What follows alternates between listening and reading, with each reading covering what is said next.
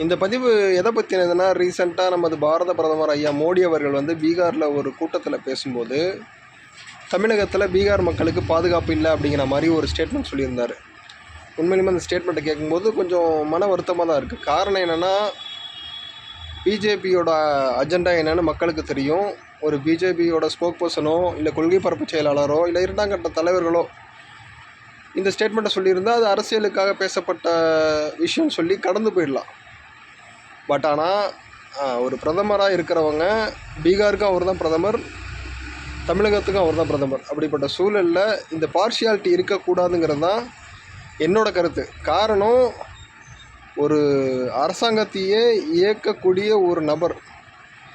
அது மட்டும் இல்லாமல் மக்கள் மத்தியில் ஒரு விஷயம் இருக்குது, பிரிவினை அரசியல் தான் பிஜேபி பண்ணுறாங்க அப்படிங்கிற மாதிரி. மேற்கொண்டு அந்த விஷயத்துக்கு நீங்கள் தீனி போட்ட மாதிரி தான் இந்த ஸ்டேட்மெண்ட் இருக்குது. ஐயா மோடியோட பல செயல்பாடுகளை கண்டு நானே வியந்திருக்கேன். ஆனால் இந்த மாதிரி ஒரு ஸ்டேட்மெண்ட்டை சொல்லி அதன் முக்கியத்துவத்தை அவரே குறைச்சிக்கிட்டாரோ அப்படிங்கிற மாதிரி எனக்கு தோணுது. இப்படிப்பட்ட சூழலில் நீங்கள் எப்படி தமிழகத்தில் கால் ஊன்றத்துக்கு ஒரு வாய்ப்பை மக்கள் ஏற்படுத்தி கொடுப்பாங்கங்கிறது எனக்கு தெரியலை. இதனால தான் பிஜேபியோட கூட்டணி வைக்கிறதும் இங்கே உள்ள கட்சிகளும் தயங்குறாங்கங்கிறத நீங்களும் புரிஞ்சுக்கிட்டு உங்களோட எண்ணங்களில் மாற்றம் ஏற்படணுங்கிறதா தான் இந்த பதிவோட நோக்கமே.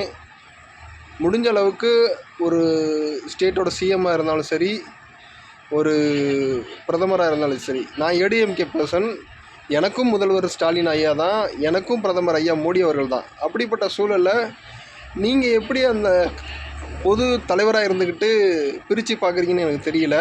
அது எந்த விதத்தில் ஒரு நல்ல அரசியல் வழிவகை செய்யணும்னு எனக்கு தெரியல. பொதுவான ஒரு ஆளாக வந்துட்டிங்கன்னா நீங்கள் எல்லாருக்குமான ஒரு நபராக தான் இருக்கணுங்கிறது என்னோடய தாழ்மையான கருத்து. முடிஞ்ச அளவுக்கு தலைவர்கள் ஒரு பதவிக்கு போயிட்டிங்கன்னா உங்களோட மனமாற்றங்கிறது மக்களுக்கானதாக இருக்கணுங்கிறது தான் இந்த பதிவோட நோக்கம். முடிஞ்ச அளவுக்கு நீங்களே பார்ஷியாலிட்டி க்ரியேட் பண்ணாதீங்க. நல்ல சமுதாயம் உருவாக்குறதுக்கு நீங்கள் தான் வழி செய்ய வேண்டிய ஒரு இடத்துல இருக்கீங்க. அதை உணர்ந்து நீங்கள் செயல்படணுங்கிறது தான் இந்த பதிவோட நோக்கம். முடிஞ்ச அளவுக்கு நல்ல எண்ணங்களை விதைச்சி நல்ல சமுதாயம் உருவாக்குறதுக்கு எல்லோரும் சேர்ந்து உழைப்போங்கிறது தான் இந்த பதிவோட நோக்கம். நன்றி, வணக்கம். நல்ல எண்ணங்களை வச்சு நல்ல சமுதாயத்தை உருவாக்கும்.